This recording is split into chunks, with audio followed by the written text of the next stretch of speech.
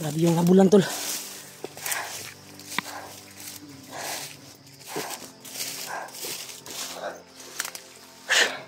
Butin lang Brad, ginapang natin yung tuwan Brad, biglang dumating. Isa. Relax sa uta Brad. Dayo na kita kuan Brad. Tubig kay Brad. Gamay lang tubig Brad. Yan.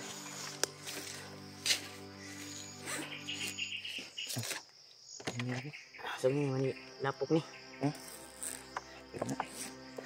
Ulan na, itong ulan. Relax muna kami tol. Pahinga muna tayo. Ilang kuan kami tol. Dekada kami naglakbay. At hinahanap namin yung kasama namin. Lalo-lalo na sila Pidot at Marvin. Dahil nga ay kasalukuyan hawak ni Pidot ngayon si Marvin. Binihag Brad, si Marvin Brad. Kawawa. Yung kalagayan ni Marvin. Pilit siyang kuan Brad. Pilit siyang inubensin ni Marvin. Sana ano siya At matauhan unta to. Saan taman niya. parang makakatulong yung pagkukumbinsi ni Marvin Brad sa kanya Brad. Parang sumasakit yung ulo niya. Murag mo balik yung huna-huna kadali ba no? Nya mo. Ang tama, tuhan namin tol, si Pidot at si Marvin. At matulungan namin, ma-rescue at magamot namin si Pidot. Kaya namin yun. Basta makuha lang namin, matsimpuhan. Igawin namin lahat upang ma-rescue. Dahil paakyat na daw sila Kuya Buds. Handa na sila sa bakbakan. Salamat po tayo. Nabasa na nila yung kuha natin, reply. Pahinga muna kami tol. Relax muna tayo. Grabe yung ano tol, lubang layo yung nilakbay namin. At may nakita kaming mga bangkay. Patay. Iwan ko ba kung sino yung tumira nun, baka si EG siguro. Dahil nasa malapit lang natin si EG Brad. Nakuhan ko sa kuhan ko. Nasa malapit lang natin si EG. Sana ay mahanap natin. Kaya relax na kami tol, konti. Baka yung putukan na narinig namin, baka si AJ yun na hinabol nila or may hinabol sila na vlogger, kung sino man yun. Sandig sa Brad. Grabe yung buwan talaga. Nangangamoy na ako Brad. Ako day. Buti na lang yung ulan ay sobrang baho na namin nakuha natin, labhan natin yung kuha natin. Pero may damit ako dito, pero hindi muna ako magbihis. Hindi ko lang, mapuga ba. Pa-charge ko niya sa mong powerbank.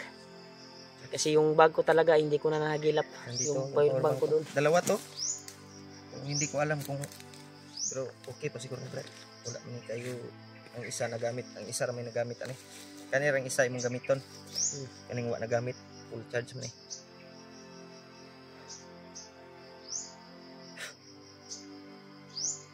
Pag nagpapahinga tayo ay huwag tayong kumpante baka may gagapang naman sa atin kagaya na nangyari sa atin ni EG at ni Kuan Marvin, di ba? Kaya tayo nagkahiwalay kasi biglaan yung nangkuan sa atin sinugod tayo kagad na hindi tayo nakaredy. Ano kasi yun? Gabi kasi yun ano ba? Buti na lang nakita ko yung bag ni EG ay dala niya. Ang ka Marvin lang ay wala yung laman na kuan, baka naubos na siguro niya. Dahil nakita natin yung video ni Kuan, naghanap si Pidot ng pagkain sa bag ni Kuan, wala nang laman, di ba? Diba nilagyan naman natin yung pagkain, baka inubos ni Marvin. Kinain niya ba? Yung iba baka nangahulog siguro, hindi natin alam. Di po tumataga ko gagi kaon nurto niya. Tol, pag-share ng video namin tol, patuloy pa rin kami sa aming mission. Pahinga lang. Hanapin sila. Kaya nagpapahinga lang kami ni Julio upang babalik yung lakas namin para kung may mga kalaban ay may kuan kami, may laban kami sa pakikipagbakbakan sa kanila at may lakas kami ng loob. Kaya mag-relax muna kami dahil mahaba na rin yung paglalakbay namin sa paghanap sa mga kasama namin. Nawa lang ako sa kalagayan ni Marvin. Dahil kusa po siyang tumulong sa amin na walang alinlangan upang matulungan lang yung pamilya niya. Katapos ng problema, pero nagbalak siya na iligtas si Kuan, pero siya yung nalagay sa langanin.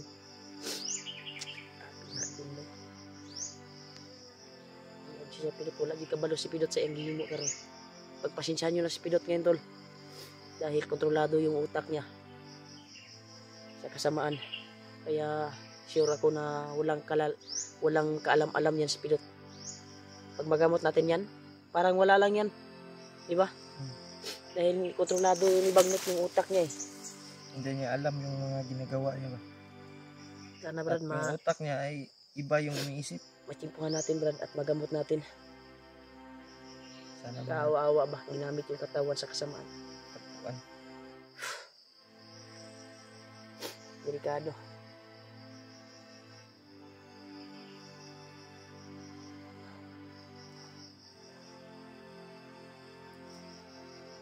Yung putukan na narinig natin Brad kanina. Abanti tayo ngayon dito. Baka si AJ na siguro yun. Lagyan ko muna yung balay yung ano. Balay na Brad. Bro, nasi-isi na kung kan Brad. Hindi ko matagat yung baril Brad. Matahi ni Brad. Karon pa yung kan Brad. Magkagawas ta Brad, mag-success ta. Kaya hindi tayo bababa. Kung hindi natin matapos yung mission natin, makuha natin si Pidot. Hindi tayo susuko. Tataya natin yung buhay natin. Alang-alang sa kaibigan natin.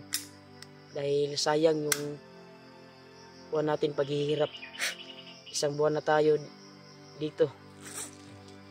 At miss ko na din yung pamilya ko, anak ko. Lapit lang magpasko Brad. Sana ay hindi darating yung Pasko. Hindi pa aabot ay makababa na tayo at ma-rescue natin si Pidot. Napagpalain tayo ng Panginoon na ibigay ang tamang daan na mahanap natin at kuha na yung paa natin mahatak doon kung saan sila Pidot ngayon at Marvin. Siyempre kay AJ. Pero wag na tayo mag-alala kay AJ tol. Ginamot ko naman yon at success nga na nasa maayos na siya na kalagayan. Para ni remark ng ano, gamot. Bas-bas ba? At sana hindi na siya nagsuka ng kuwan. Sana ano lang, matagpuan. Kaya lang yung natin. sinin niya ng location, lumipat siya dahil sa dami ng kalaban. Malayo talaga yung ninatnan nila Brad nung nagkahiwalay tayo. Layo yun. So, kasi kung baka palayo sila ba, dahil pabalik kami ni Julio kung saan kami nagkahiwalay. Kaya habang nagpabalik kami doon ay hinanap namin sila kung saan sila na direksyon papunta, ay doon kami patungo ni Julio. Kaya dito kami nakaabot sa aming paglalakbay ni Julio ngayon. Siyempre tao rin tayo na kailangan mag-relax din para babalik din yung lakas natin dahil mapapagod din tayo kahit may mga dala tayong agimat sa katawan. Mapapagod din tayo tol. Yung ordinary na nga kuan, iinom yun ng tubig, di ba? Yung mga pagod din tayo kasi wala tayong sa bundok tayo, walang maayos na tulog. May mga dala tayo na mga kuan, bigay ni Lulu Ambo, pero kailangan talaga mag-relax. Kailangan naman na kuan kami habang buhay, maglakad tayo paghanap sa kanila, no? Kailangan magpahinga. Kailangan pahinga din tayo. Kagaya nito, nakahanap kami ng location na safety. Parang safety, pero hindi kami sure kung safety ba dito. Dahil hindi namin alam kung saan na to banda. Yung kuan lang namin hangarin ay hinanap namin yung kasama namin at yung kailangan namin tulungan. Salamat kay Kuya Buds at nabasa yung message namin na papuntan sila akyat. Kaya na daw sila Brad. Ano, sana makababa tayo bro. Hindi pa Dahil dumating. may mga supporters naman na minisid sila Kuya Buds. Nangailangan tayo ng tulong. May nag-share naman. Ang kuwan ko lang, naawa ko sa anak ni Juan. Ni Marvin. Hindi niya nakapiling yung anak niya, yung karawan. Yung palagi niyang dinibdib. Habang nagkikwentuhan di ba tayo, nung hindi pa tayo naambos. Naiyak sa ating harapan si Marvin. Handa na daw siya magbago at sasama sa atin kung ma-success yung mission natin na makuha natin si Pido at kanyang pamilya. Handa daw siya tutugis ng mga bandido upang makapagbawi sa atin, Brad. Handa daw siya sumama sa atin. Sana tuloy-tuloy na yung ano ni Marvin. Yung problema lang ay hawak siya ni Juan ngayon, Brad. Hindi niya alam ni Pidot kasi yan. Kasi Yung Matais. utak ba? Hindi alam kasi ni Pidot. matais kasi. Grabe yung kuhan ko. Mas maganda siguro mangagaw ako ng damit siguro. Ha? Mangagaw ko ng damit ba? Agaw ba? Pero kung mabaho, Sige pa. hindi natin susuotin. Hindi ko susuotin. Kagaya yung mga patay nung natin kaninang umaga. Ito Brad. Kabaho, parang daga. Ako wala akong bihis pero kaya po. Kaya po. Kaya po ang baho. Kaya raton kaya kuha mang baho. Di kuan ko ni ginapugaan ko ni ulan. Ulan among dali ra gud maugan ning ani nga mga damit oh. Pero hindi po ni ordinaryo yung damit namin po. May mga kuan din ito. Mga pangalan ay nang may orasyon dito. Mga orasyon ba? Iyawan ng apa yung mga pangkuan sa kusilo. Sakto ni kuan. Hindi ni ordinaryo ba? Ang mga kuan. Di kuan ni sa mo sa hunter kuan manambalay po ba? Binigay sa amin. Anuhan talaga. Nabasbasan. Ito yung kuan para sa bakbakan. Kagaya sa atin mga hunter sa Mindanao. May mga Latin to eh. Yung kuan. Kaya tayo Makay Alin ng ano to? Brad? Pangkiligira yung ano ba? Ano? Makay ng pangkiligira. Oh. Iyawan. may kaibigan nga ako na sulalo. Saan daw ako nagkuha nito. Mga kuan. Sige lang pagawaan kita nito. Yung sa kuan ng kaibigan na abularyo. May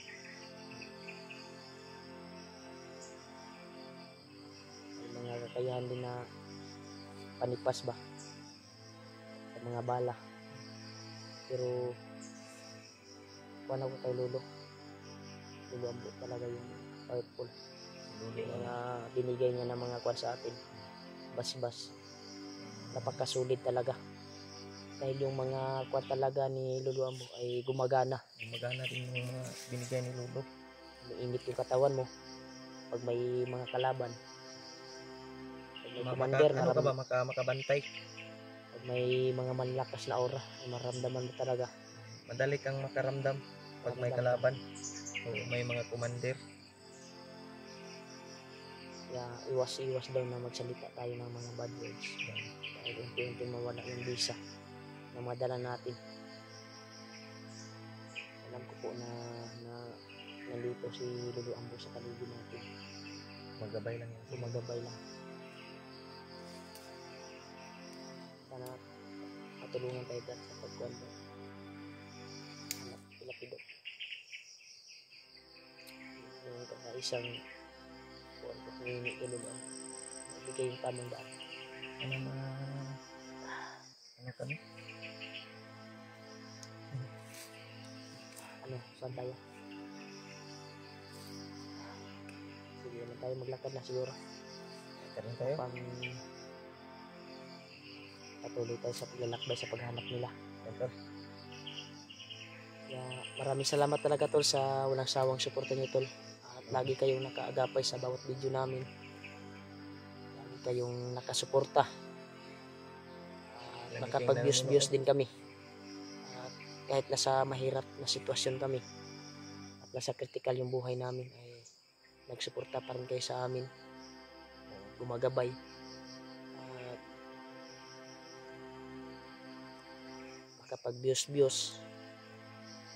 At may ibigay kami at abot sa aming pamilya. Kahit Ipon kunti kami lang ng yung sahod na mahina yung views natin, pero napakasulig yung mga supporters natin, nagmamahal talaga sa atin. Nag-alala. kasahod. Kapag bili tayo ng pagkain, bigas. Patuloy kami tol, kapag hanapin sila Pidot. Bili tayo. Sana ma-rescue natin kaagad si Marvin Grab dahil hindi natin kunin si Pidot na kuhan kasi ginagamit yung katawan niya. Tuloy ka na. Sana ay magamot namin at mailigtas namin si Marvin sa kamay ni Pidot at magamot namin si Pidot. Tuloy tayo. Wag lang tayong kumpansi sa ating nilakaran dahil may mga line talaga na mga bagong tanim dito sa area na ito.